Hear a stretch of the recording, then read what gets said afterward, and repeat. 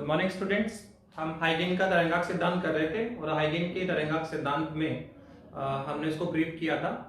हाइगेन का तरंगांक सिद्धांत क्या कहता है हमें कि प्रकाश किसी स्रोत से माध्यम में तरंगांक के रूप में संचरित होता है और प्रत्येक मुख्य तरंगांक द्वितीयक तरंगांक का निर्माण करता रहता है और इस प्रकार प्रकाश तरंगांक के रूप में माध्यम में आगे संचरित होता रहता है। ये था आपका हाइगेन का तरंगांक सिद्धांत।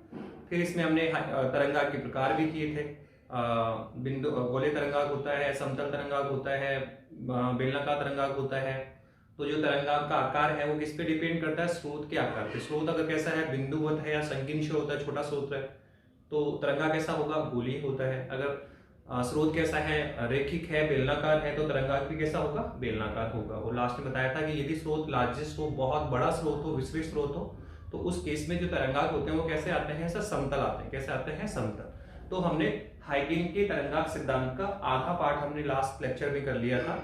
करंट में हमें इसका रिमेनिंग पार्ट करना है और वहां में समझाया था कि सर मुख्य तरंगांक से द्वितीय तरंगांक का निर्माण। हाइगेन सिद्धांत भी यही कह रहा है कि प्रकाश माध्यम में तरंगांक के रूप में संचरित होता है और प्रत्येक तरंगांक या प्रत्येक मुख्य तरंगांक अपने सेकेंडरी तरंगांक का निर्माण करता है, अपने द्वितीयक तरंगांक का निर्माण करता है।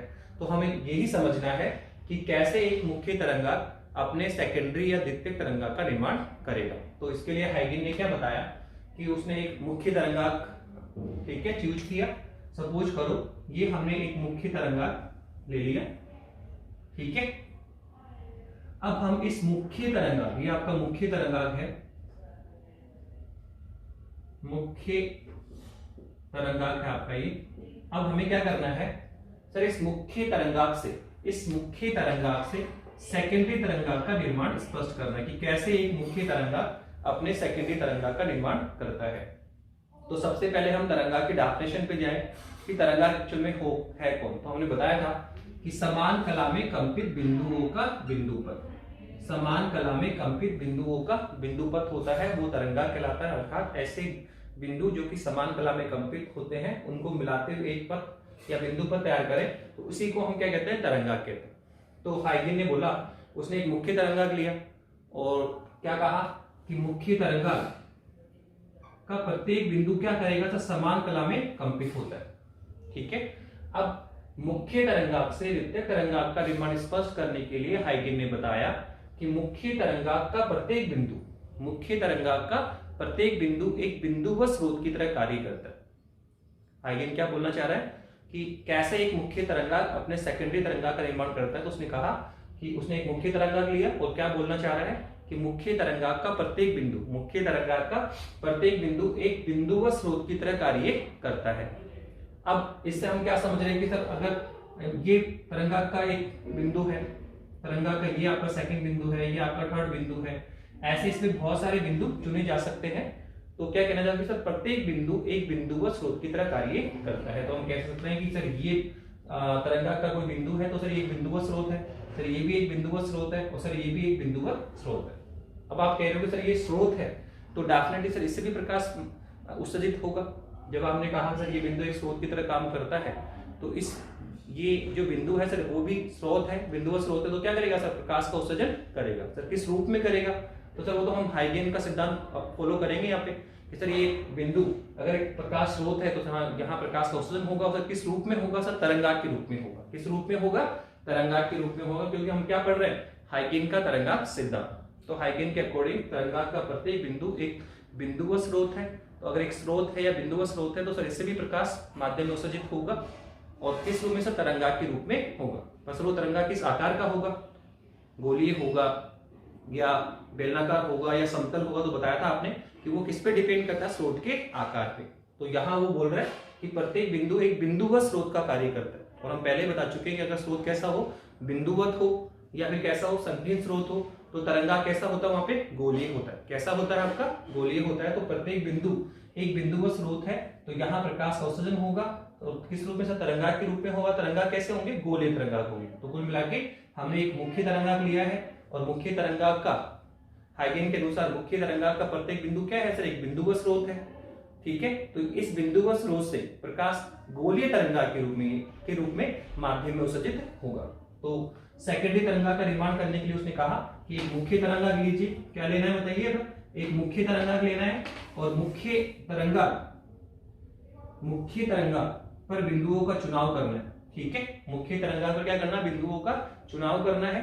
और इन बिंदु, जैसे आपने फर्स्ट बिंदु ले लिया, ये आपका सेकंड बिंदु है, फिर आपका ये थर्ड बिंदु है। ठीक है, ऐसे आप बिंदुओं का चुनाव कर लें।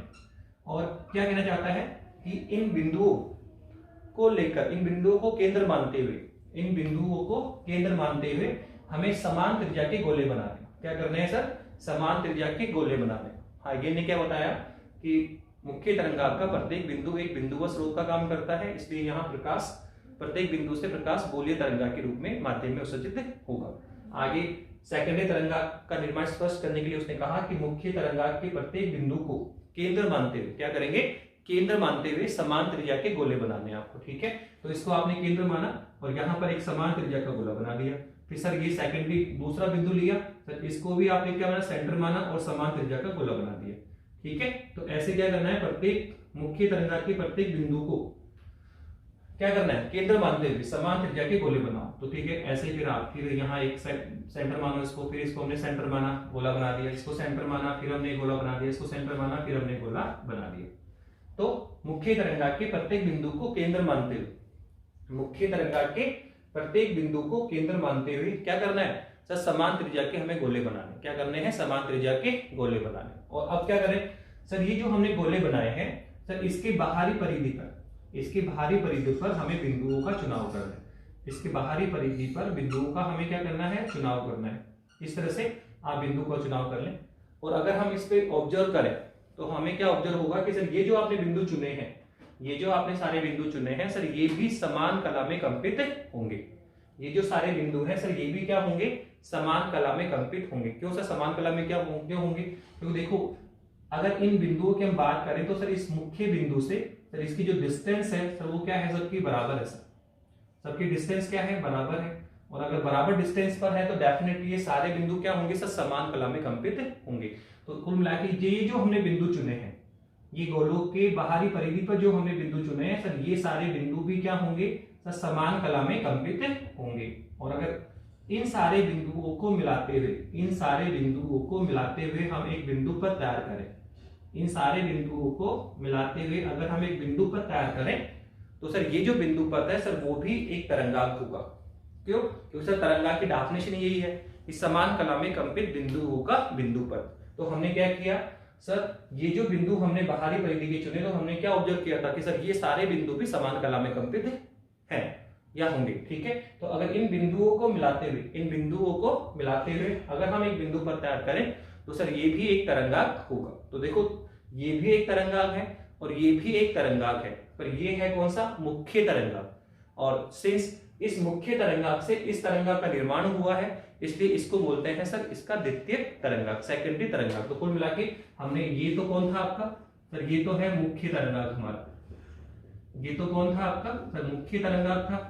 और इस तरह से फिर हमने सर ये क्या किया सर? ये आपने सेकेंडरी तरंगाग, द्वितीयक तरंगाग का निर्माण सोचा, द्वितीयक तरंगाग का निर्माण हमने किया। ठीक है, तो ये आपका सेकेंडरी तरंगाग है। तो इस तरह से हाइगेन ने एक मुख्य तरंगाग से द्वितीयक तरंगाग का निर्माण स्पष्ट किया। तो मैं वापस से रिवाइज कर दूं, हाइगेन ने मुख्य तरंगाग से द्वितीयक तरंगाग का निर्माण स्पष्ट करने के लिए सर्वप्रथम एक मुख्य तरंगाग का चुनाव किया और बताया कि मुख्य तरंगाग का प्रत्येक बिंदु एक बिंदु व स्रोत की तरह कार्य करता है। ठीक है, इसका प्रत्येक बिंदु एक बिंदु व स्रोत है। अब प्रत्येक बिंदु अगर स्रोत है, बिंदु व स्रोत है, तो नेचुरल सर उससे भी प्रकाश निकलेगा। और सर कैसे सर? तरंगाग के रूप में निकलेगा। और तरंगाग कैसे होंगे सर? गोली।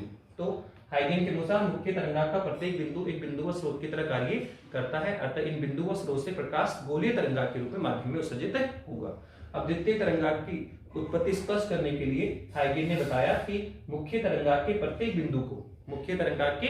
बिंदु को केंद्र मानते हुए हमें समान त्रिज्या के गोले खींचने हैं और उन गोलों की बाहरी परिधि पर बिंदुओं का चुनाव करना है। उन गोलों की बाहरी परिधि पर बिंदुओं का हमें चुनाव करना है और ये सारे बिंदु भी समान कला में कंपित होंगे। ये सारे बिंदु भी क्या होंगे? समान कला में कंपित होंगे। तो अगर इन बिंदुओं को मिलाते हुए हम एक बिंदु पद तैयार करें तो यह बिंदु पद भी एक तरंगाग होगा। यह बिंदु पद भी एक तरंगाग होगा। यह तरंगाग द्वितीयक तरंगाग कहलाता है। यह तरंगाग मुख्य तरंगाग का द्वितीयक तरंगाग कहलाता है। ओके ना, अब देखो क्वेश्चन ये बनता है कि सर आपने इधर आपने बिंदु का चुनाव किया, तो सर यहाँ आपको सेकेंडरी तरंगांक मिला, सर ऐसा काम तो हम इसकी आंतरिक सतह पे भी कर सकते हैं, गोलों की आंतरिक सतह पर भी हम लोग ये काम वर्क कर सकते हैं कि सर अगर आप यहाँ पर बिंदु का चुनाव करेंगे तो सर इससे भी मुख्य तरंगांक से डिस्टेंस बराबर है, तो सर ये सारे बिंदु भी क्या है, समान कला में होंगे, ये सारे बिंदु भी क्या होंगे सर, समान कला में होंगे। तो सर अगर हम इन बिंदुओं को मिलाते हुए, अगर हम इन बिंदुओं को मिलाते हुए एक बिंदु पर तैयार करें तो सर ये भी एक तरंगांक होगा, सर ये भी एक तरंगांक होगा, और इस तरंगांक को भी इसका सेकेंडरी तरंगांक कहा जा सकता है। लेकिन देखो यहां पर हम एक तरंगांक की परिकल्पना नहीं करेंगे, क्यों? क्योंकि हम पहले भी बता चुके हैं कि प्रकाश को सदैव अग्र दिशा में संचरित माना जाता है। ये कहा जाता है कि प्रकाश सदैव आगे की दिशा में संचरित होता है, कभी भी बैकवर्ड डायरेक्शन में या पीछे की दिशा में प्रकाश मूव नहीं करता है। तो यहाँ प्रकाश अग्र दिशा में फॉरवर्ड संचरित होगा, तो सर मुख्य तरंगांक से आगे की दिशा में ही सेकेंडरी तरंगांक की परिकल्पना की जाती है, बैकवर्ड डायरेक्शन में मुख्य तरंगांक का निर्माण नहीं स्पष्ट किया जाता या नहीं माना जाता। तो इस प्रकार से हाइगेन ने मुख्य तरंगांक से द्वितीय तरंगांक का निर्माण स्पष्ट किया। तो ये भी क्वेश्चन है, आपको पूरा ढंग से लिखना चाहिए, ये भी कम से कम 1 या 1.5 मार्क्स में आपको स्पेशली आ जाएगा कि या तो पूरा एक लॉन्ग क्वेश्चन आएगा कि हाइगेन का तरंगांक सिद्धांत क्या है और मुख्य तरंगांक से द्वितीय तरंगांक का निर्माण स्पष्ट करो, तो पूरा करना फिर आपको वो कम से कम 2 या 2.5 मार्क्स में आ जाएगा। कई बार क्या करता है कि केवल हाफ, ठीक है, 1 या 1.5 मार्क्स देगा और केवल ये पूछ लेगा कि मुख्य हाइगेन सिद्धांत में मुख्य तरंगांक से द्वितीय तरंगांक का निर्माण स्पष्ट कीजिए, तो फिर केवल और केवल आपको यही लिखना है। कई बार इस पे शॉर्ट नोट क्वेश्चन भी आते हैं, जैसे बोलेगा कि तरंगांक को डिफाइन करो, हाफ मार्क्स में आ जाएगा, या बिंदुवत स्रोत या संकी स्रोत के लिए तरंगांक कैसा आकार का होता है, सर गोलीय होता है, सर रेखिक में कैसा होगा, बेलनाकार होगा सर, और अगर स्रोत लार्जेस्ट तो कैसा होगा, समतल होगा। तो ऐसे शॉर्ट नोट के क्वेश्चन भी आते हैं, हाफ मार्क्स में आ जाएंगे। तो ये ध्यान रखें कि तरंगांक किसे कहते हैं, तरंगांक कितने प्रकार का होता है, तरंगांक की मुख्य विशेषताएं क्या है। तो छोटे क्वेश्चन भी आ सकते हैं, आधे नंबर 1 नंबर में, और इसका हाफ पार्ट भी डिवाइड करके पूछा जा सकता है। और अगर कंप्लीट क्वेश्चन करेगा तो 2 से 2.5 मार्क्स का क्वेश्चन डिस्कस करेगा। तो इस तरह से हमने हाइगेन सिद्धांत को पूरा ब्रीफ किया, हाइगेन सिद्धांत क्या है, ठीक है, तरंगांक क्या होता है, तरंगांक की विशेषताएं, ठीक है, और फिर लास्ट में मुख्य तरंगांक से सेकेंडरी तरंगांक का निर्माण, इसके मैंने आपको समझा दिया है, ठीक है। राइटिंग वाला काम आपको पीडीएफ नोट सेंड करेंगे तो आप उससे वीडियो देख के समझ लीजिए और नोट से आप इसको प्रॉपर्ली ढंग से मैनेज करिए, नोट्स पर ना प्रॉपर्ली मेंटेन करिए। तो ये था आपका हाइगेन सिद्धांत, और हाइगेन सिद्धांत के द्वारा मुख्य तरंगांक से द्वितीय तरंगांक का निर्माण स्पष्ट करना।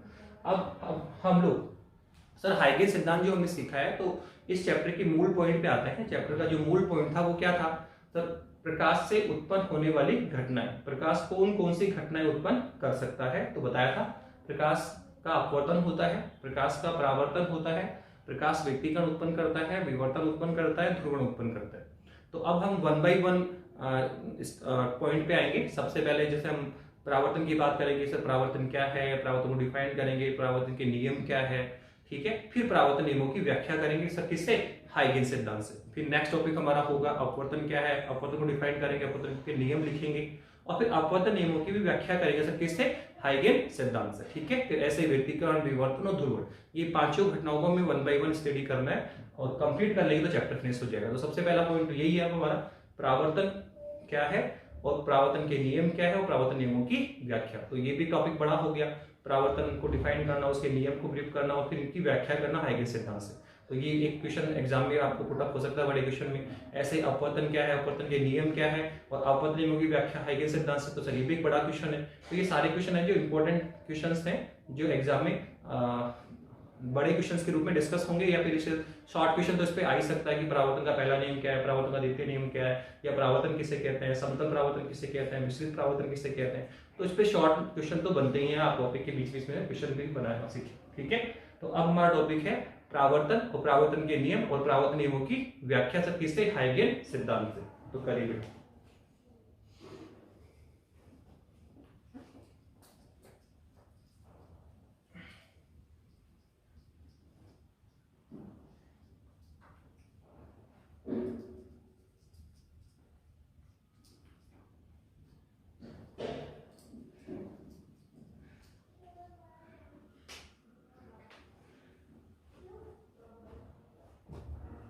देखिए क्या है।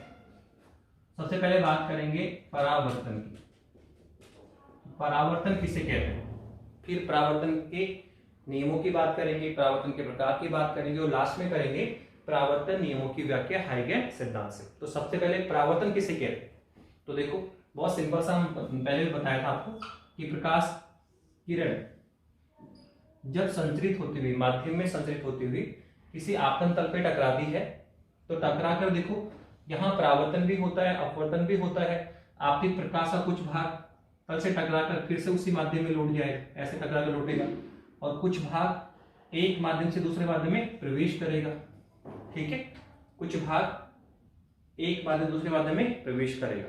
तो देखो प्रकाश का जो भाग उसी माध्यम में लौटता है ये तो परावर्तन को प्रदर्शित करेगा, और प्रकाश का वह भाग जो एक माध्यम से दूसरे माध्यम में प्रवेश कर रहा है तो सर वो अपवर्तन घटना को डिफाइन करेगा। तो अगर हम परावर्तन की बात करें तो सर परावर्तन तो यही होता है। क्या सर क्या होता है परावर्तन, सर ये है आपतन तल, सर इस तरह से प्रकाश किरण आई, तल से टकराती है और टकराकर सर इस तरह से लौट जाती है। ठीक है, तो सर ये जो घटना हो रही है सर इसको हम परावर्तन बोलते हैं। तो देखो परावर्तन में हुआ क्या कि सर परावर्तन के पहले जो प्रकाश किरण है सर वो उसी माध्यम में, देखो ये आपका पहला माध्यम है, तल के ऊपर कौन है, पहला माध्यम है, तल के नीचे आओगे तो दूसरा माध्यम है। ठीक है, आप आपतन तल है उसके ऊपर पहला माध्यम है, और आपतन तल को शामिल करेंगे तो ये आपका दूसरा माध्यम हो गया। ठीक है, तो प्रकाश किरण माध्यम बदल भी सकती है और प्रकाश किरण माध्यम बदल भी नहीं सकती। ठीक है, तो दोनों ही चीजें हैं कि हमें देखना है कि प्रकाश किरण कब माध्यम को चेंज कर रही है और कब माध्यम को चेंज नहीं कर रही है। तो परावर्तन में आप क्या देखते हो कि परावर्तन में प्रकाश किरण परावर्तन के पहले भी उसी माध्यम में और परावर्तन के बाद भी उसी माध्यम में होता है। ठीक है, मतलब प्रकाश किरण संचित होकर माध्यम से आएगी, तल से टकराएगी और फिर उसी माध्यम में लौट जाएगी। तो ये जो घटना हो रही है तो इसी को हम बोलते हैं परावर्तन। जबकि देखो अपवर्तन में क्या होता है, अपवर्तन में प्रकाश किरण माध्यम चेंज करती है। कैसे, तो कोई प्रकाश किरण इस तरह से आई, ठीक है, तो जब प्रकाश किरण एक माध्यम से दूसरे माध्यम में प्रवेश करती है तो पृथककारी तल पर अपने मूल पथ से क्या हो जाती है सर, विचलित हो जाती है।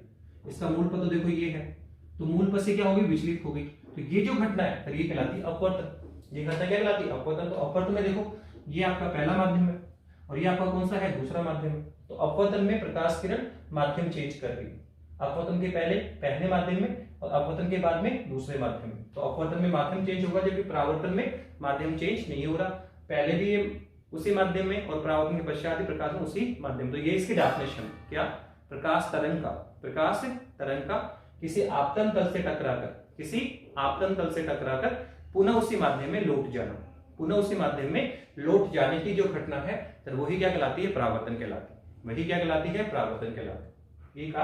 ये हम देख रहे हैं कि प्रकाश किरण का किसी आपतन तल से टकराकर पुनः उसी माध्यम में लौट जाने की जो घटना होती है सर वो क्या कहलाता है, परावर्तन कहलाता है। क्या कहलाता है, परावर्तन। और अपवर्तन क्या है सर, ये कि जब कोई प्रकाश किरण एक माध्यम से दूसरे माध्यम में प्रवेश करती है, जब कोई प्रकाश किरण एक माध्यम से दूसरे माध्यम में प्रवेश करती है तो पृथककारी तल पर, ये आपका पृथककारी तल है, पृथककारी तल पर प्रकाश किरण का अपने मूल पथ से विचलित हो जाने की जो घटना है सर वो क्या कहलाता है, अपवर्तन कहलाता है। क्या कहलाता है, अपवर्तन। तो पहले हम परावर्तन पढ़ रहे हैं, अपवर्तन की बात बाद में करेंगे। तो फिलहाल तो हमने किसको डिफाइन कर दिया सर, परावर्तन को हमने डिफाइन किया कि क्या है परावर्तन। तो बता दिया आपने कि प्रकाश तरंग का या प्रकाश किरण का किसी आपतन तल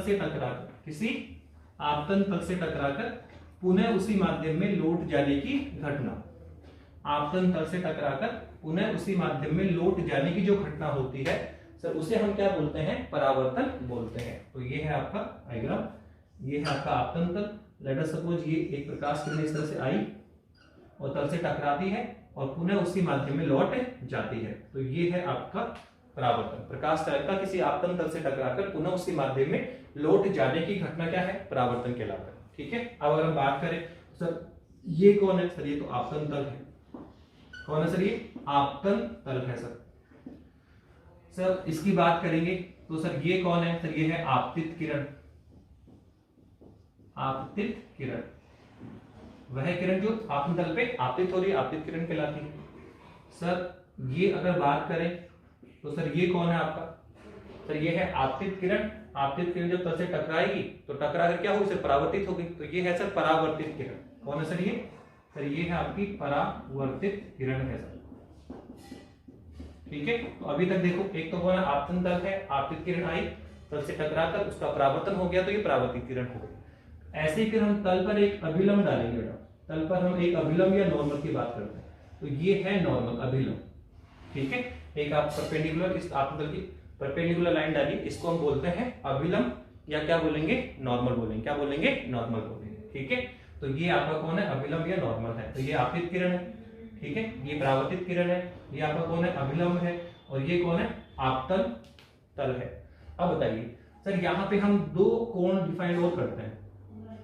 ये आप देखो एंगल है, ठीक है, ये एंगल किसने बनाया, आपतित किरण ने, किसके साथ, अभिलंब के साथ, तो इसको बोलते हैं आपतन कोण। क्या बोलते हैं इसको, आपतन कोण बोलते हैं, और इसे आई से डिनोटेड किया जाता है। आपतित किरण के द्वारा अभिलंब के साथ बनाया गया कोण क्या कहलाता है, आपतन कोण कहलाता है, और इसे सर स्मॉल आई से डिनोट किया जाता है। ऐसे देखो, ये कौन है आपका परावर्तित किरण, और सर ये कौन है, अभिलंब। तो आप देखो परावर्तित किरण भी अभिलंब से कोण बना रही है, जो परावर्तित किरण है सर वो भी अभिलंब से कोण बना रही है, तो सर इसको हम बोलते हैं परावर्तन कोण। क्या बोलते हैं, परावर्तन कोण। क्यों, क्योंकि ये सर किसके द्वारा बनाया गया, परावर्तित किरण के द्वारा, इसलिए इसको बोला परावर्तन कोण। ये कोण किससे बनाया, किसने बनाया, आपतित किरण ने, इसलिए बोला इसको आपतन कोण। एंगल तो दोनों अभिलंब से ही बन रहे हैं, देखो चाहे आपतन कोण हो चाहे परावर्तन कोण हो, दोनों किससे बन रहे हैं, अभिलंब या नॉर्मल से।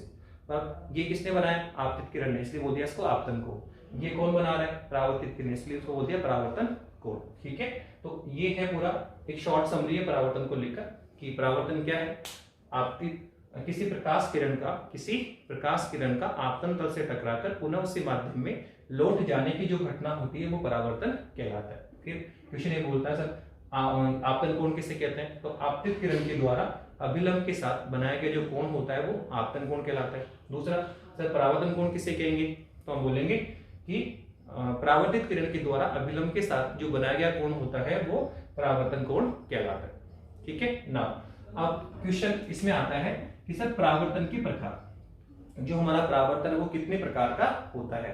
तो हम परावर्तन के प्रकार की बात कर रहे हैं, क्या कर रहे हैं, परावर्तन के प्रकार, परावर्तन कितने प्रकार का होता है। तो देखो परावर्तन को हम दो भागों में डिवाइड कर सकते हैं, परावर्तन को हम दो भागों में डिवाइड कर सकते हैं। एक पहला तो होता है सर समतल परावर्तन, समतल परावर्तन, एक तो आपका समतल परावर्तन होता है, और सर दूसरा कौन सा होता है, सर दूसरा होता है विसरित परावर्तन। परावर्तन को दो भागों में बांट सकते हैं, एक है आपका समतल परावर्तन और दूसरा कौन है सर आपका विसरित परावर्तन है। तो क्वेश्चन होता है किस परावर्तन को हम समतल बोलेंगे या किस परावर्तन को हम विसरित बोलेंगे। तो बहुत सिंपल है, उसने आपतन कोण और परावर्तन कोण को फोकस किया कि कोई भी परावर्तन घटना घटित हो रही है तो उसमें हमें आपतन कोण और परावर्तन कोण को देखना है। और क्या देखना है कि ऐसा परावर्तन जिसमें आपतन कोण परावर्तन कोण के बराबर हो, ऐसा परावर्तन जिसमें आपतन कोण किसके बराबर हो, परावर्तन कोण के बराबर हो। इसका मतलब ये हुआ कि जिस कोण पर प्रकाश किरण आपतित हो रही है अगर उसी कोण पर परावर्तित हो तो ऐसे परावर्तन को क्या बोलेंगे, समतल परावर्तन बोलेंगे।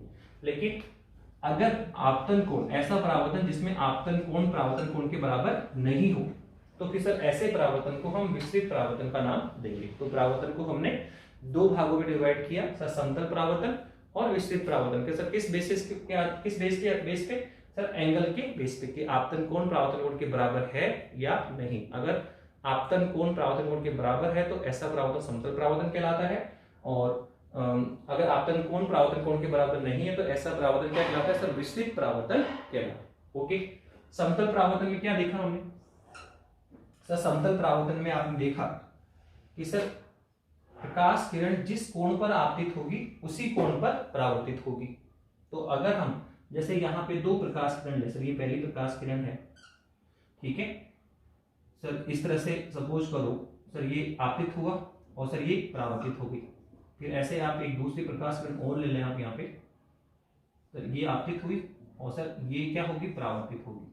क्या होगी सर, ये सर इस तरह से ये परावर्तित हो गई। तो देखो समतल परावर्तन में क्या होता है कि सर अगर कोई प्रकाश किरणें आपतन के पहले आपतन के पहले एक दूसरे के समांतर है,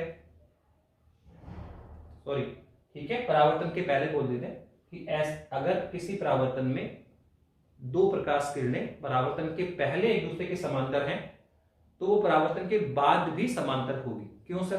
क्योंकि सर समतल परावर्तन की कंडीशन है कि ये जितने कोण पर आपतित होगी उतने ही कोण पर परावर्तित होगी। अगर ये 45 पे आपतित हुई तो 45 पे परावर्तित होगी, अगर ये 50 पे आपतित हुई तो 50 पे परावर्तित होगी। इसलिए ये पहले अगर समांतर है तो बाद में भी क्या होती है? समांतर होती है। तो ये क्वेश्चन कई बार आता है कि समतल परावर्तन में, समतल परावर्तन क्या है, समतल परावर्तन कौन है? तो ध्यान रखना, ऐसा परावर्तन जिसमें आपतन कोण परावर्तन कोण के बराबर हो समतल परावर्तन कहलाता है। और समतल परावर्तन में परावर्तन के पूर्व अगर प्रकाश किरण ने एक दूसरे के समांतर है तो परावर्तन के पश्चात भी वो एक दूसरे के समांतर ही होगी। जबकि विस्तृत परावर्तन में ऐसा नहीं होता है। सर विस्तृत परावर्तन की बात करें या समतल परावर्तन की बात करें, ठीक है, तो सर विस्तृत परावर्तन कहाँ होता है, विस्तृत समतल परावर्तन कहाँ होता है? तो ध्यान रखना कि सर हमने कहा सर परावर्तन घटित होना है, तो सर परावर्तन कैसा घटित होगा? समतल परावर्तन घटित होगा या विस्तृत परावर्तन घटित होगा, या सर ऐसी कौन सी घटनाएं, ऐसे कौन से केस है जहां समतल परावर्तन घटित होता है, तो ऐसे कौन से केस है जहां विस्तृत परावर्तन घटित होता है?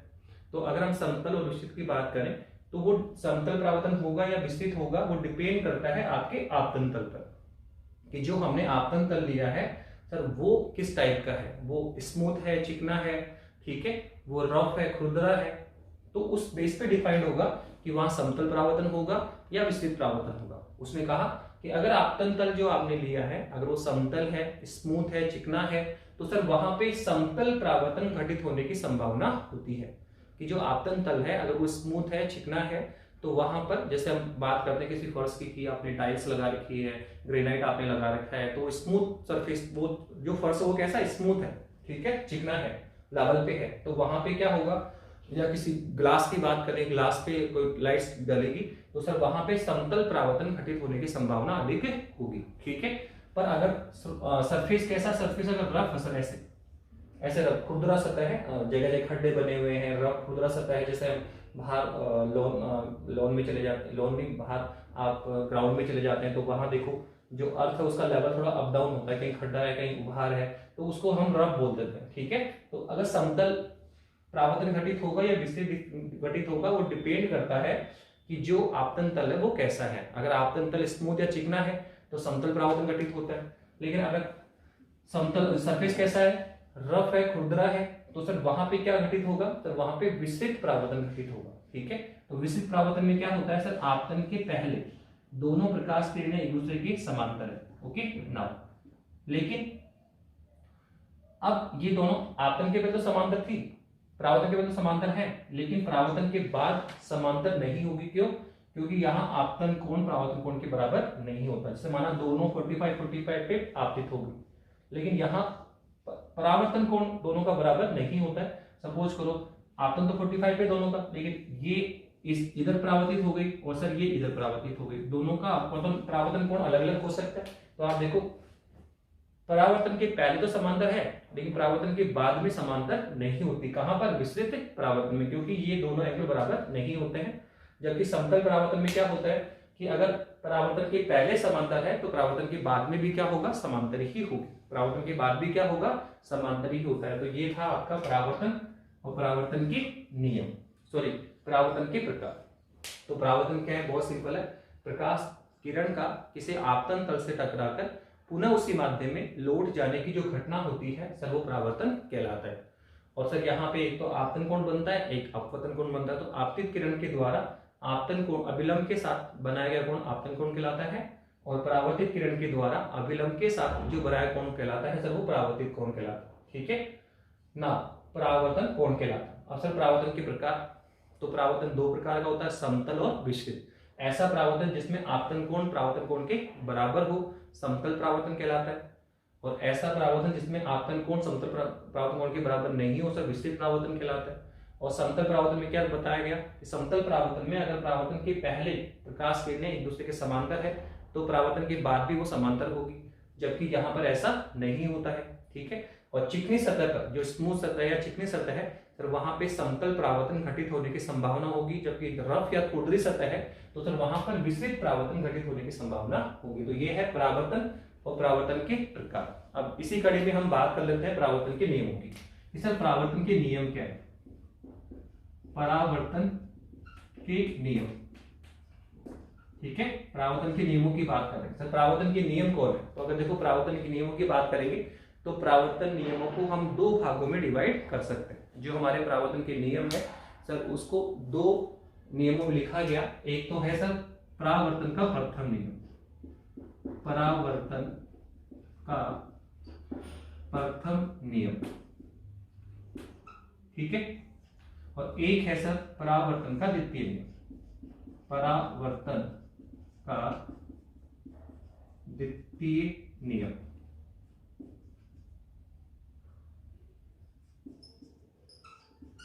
एक है परावर्तन का प्रथम नियम और एक है परावर्तन का द्वितीय नियम। तो सर क्या है परावर्तन का पहला नियम और क्या है परावर्तन का द्वितीय नियम? तो देखो परावर्तन का जो प्रथम नियम है सर वो तो समतल परावर्तन से ही डिफाइंड होता है। समतल परावर्तन कौन है? सर ऐसा परावर्तन जिसमें आपतन कोण परावर्तन कोण के बराबर हो, सर वो समतल परावर्तन कहलाता है, ठीक है। इसी को परावर्तन के प्रथम नियम में लिखा गया, इसी को परावर्तन के प्रथम नियम के रूप में लिखा गया। तो क्या है परावर्तन का पहला नियम? सर परावर्तन के प्रथम नियम के अनुसार समतल परावर्तन में आपतन कोण परावर्तन कोण के बराबर होता है। वैसे जनरली ऐसा बोला जाता है कि परावर्तन के प्रथम नियम के अनुसार आपतन कोण परावर्तन कोण के बराबर होता है। पर आप जानते हो आपतन कोण परावर्तन कोण के बराबर होगा तो परावर्तन कैसा होगा? समतल, इसलिए परावर्तन को समतल परावर्तन बोला जाएगा। तो यही है परावर्तन का पहला नियम। क्या? परावर्तन के प्रथम नियम के अनुसार, परावर्तन के प्रथम नियम के अनुसार समतल परावर्तन में आपतन कोण परावर्तन कोण के बराबर होता है। यही है परावर्तन का प्रथम नियम, जहां ये जो आई है सर वो कौन है? आपतन कोण। कौन है सर? ये आपतन कोण है। और जैसे ये एंगल आर है सर ये कौन है? सर ये है परावर्तन कोण। कौन है सर? ये परावर्तन कोण है आपका, ठीक है। तो ये है आपतन कोण और दूसरा कौन है आपका? परावर्तन कोण, ठीक है ना। तो इसके बाद में सर ये है परावर्तन का पहला नियम कि परावर्तन के प्रथम नियम अनुसार समतल परावर्तन में आपतन कोण परावर्तन कोण के बराबर होता है। मतलब जो समतल परावर्तन है उसी को फर्स्ट नियम के रूप में लिखा गया। सर सेकंड नियम क्या है? परावर्तन का जो द्वितीय नियम है वो क्या है? तो देखो आपको यहाँ पे फोकस करना है, ठीक है। सेकंड नियम इस डायग्राम के बेसिस पे बोला गया कि सर एक तो कौन है? आपतित किरण, एक कौन है? परावर्तित किरण और एक कौन है? अभिलंब। तो आप देखो आपतित किरण भी इसी तल में है, परावर्तित किरण भी उसी तल में है और अभिलंब भी इसी, मतलब ये तीनों है, आपतित किरण, परावर्तित किरण और अभिलंब। देखो तीनों की तीनों किस पर है? सर ये हमारा एक तल है, कौन? बोर्ड की बात कर सकते हैं। तो देखो आपतित किरण भी बोर्ड के ऊपर है, परावर्तित किरण भी बोर्ड के ऊपर है और सर अभिलंब भी किस पर है? बोर्ड के ऊपर है। तो आप देख रहे हैं तीनों एक ही तल में उपस्थित होते हैं। आपतित किरण, परावर्तित किरण और अभिलंब तीनों एक ही तल में उपस्थित होते हैं। ऐसा नहीं तल के जेड डायरेक्शन में कोई आएगा, नहीं। आपतित किरण भी उसी तल में, परावर्तित किरण भी उसी तल में और अभिलंब भी उसी, मतलब तीनों एक ही तल में उपस्थित होते हैं। हम डायग्राम से लुकआउट कर सकते हैं इसको। हम डायग्राम से देखो आपतित किरण भी बोर्ड पर है, परावर्तित किरण भी बोर्ड पर है, अभिलंब भी बोर्ड के ऊपर है। तो तीनों एक ही तल में है, बोर्ड तो आपका एक ही तल है, तो तीनों एक ही तल में उपस्थित है। तो इसी को परावर्तन के द्वितीय नियम के रूप में लिखा गया। क्या? कि परावर्तन के द्वितीय नियम के अनुसार, परावर्तन के द्वितीय नियम के अनुसार आपतित किरण, परावर्तित किरण और अभिलंब तीनों एक ही तल में उपस्थित होते हैं। यही परावर्तन का द्वितीय नियम। तो कुल मिला के हमने आपको ब्रीफ किया कि परावर्तन क्या है, फिर परावर्तन कितने प्रकार का होता है और फिर परावर्तन के नियम। तो परावर्तन तो बहुत सिंपल है, आपतित किरण का किसी आपतन तल से, प्रकाश किरण का किसी आपतन तल से टकराकर पुनः उसी माध्यम में लौट जाने की घटना परावर्तन कहलाता है। सर दो प्रकार का होता है, समतल और विस्तृत। समतल कौन है? जहां आपतन कोण परावर्तन कोण के बराबर हो, समतल परावर्तन, और जहां आपतन कोण परावर्तन कोण के बराबर नहीं हो सर विस्तृत परावर्तन होता है, ठीक है। और चिकनी सतह पर समतल परावर्तन घटित होने की संभावना होगी और खुरदरी सतह पर विस्तृत परावर्तन घटित होने की संभावना होती है, ठीक है। और लास्ट में बताया सर परावर्तन के कितने नियम? सर दो नियम है, परावर्तन का पहला नियम और परावर्तन का द्वितीय नियम। तो पहला नियम तो कौन है? सर सिंपल है, समतल परावर्तन को ही फर्स्ट नियम के रूप में लिखा है कि परावर्तन के प्रथम नियम के अनुसार समतल परावर्तन में आपतन कोण परावर्तन कोण के बराबर होता है। यही परावर्तन का पहला नियम है। सर परावर्तन का द्वितीय नियम कौन है, दिख रहा है सर, आपतित किरण, परावर्तित किरण और अभिलंब सर तीनों एक ही तल में उपस्थित होते हैं। तो ये हमने किया परावर्तन क्या है, परावर्तन कितने प्रकार का होता है और परावर्तन के नियम क्या है। अब नेक्स्ट हमने परावर्तन को डिफाइन तो कर दिया कि समतल परावर्तन में आपतन कोण परावर्तन कोण के बराबर होगा, या परावर्तन के द्वितीय नियम में आपतित किरण, परावर्तित किरण, अभिलंब तीनों एक ही तल में उपस्थित हैं। तो सर एक्चुअल में ये जो परावर्तन का पहला नियम लिखा गया, सर हम ये कैसे माने, इसको कहीं ना कहीं प्रूव तो करो आप कि हम कैसे कह सकते हैं कि समतल परावर्तन में आपतन कोण परावर्तन कोण के बराबर होगा। ठीक है, क्या हमें इसको केवल याद रखना है, लर्न करना है, क्या हम इसका प्रूफ भी ले सकते हैं, क्या कहीं ना कहीं इसकी व्याख्या होनी चाहिए कि कैसे कह दिया कि समतल परावर्तन में आपतन कोण परावर्तन कोण के बराबर होता है। तो ये सारी बातें हाइगेन्स सिद्धांत को लेकर समझी जा सकती है। हाइगेन्स सिद्धांत ने इन सारे नियमों की व्याख्या की। तो नेक्स्ट टॉपिक हमारा यही है, हाइगेन्स सिद्धांत के द्वारा परावर्तन नियमों की व्याख्या। तो हाइगेन्स सिद्धांत हम लेंगे और उस सिद्धांत को लेकर परावर्तन के पहले नियम को प्रूव करेंगे और परावर्तन के द्वितीय नियम को प्रूव करेंगे। तो नेक्स्ट टॉपिक है हाइगेन्स सिद्धांत के द्वारा हाइगेन्स सिद्धांत के द्वारा परावर्तन के नियमों की व्याख्या या परावर्तन की व्याख्या। ठीक है ना, करिएगा।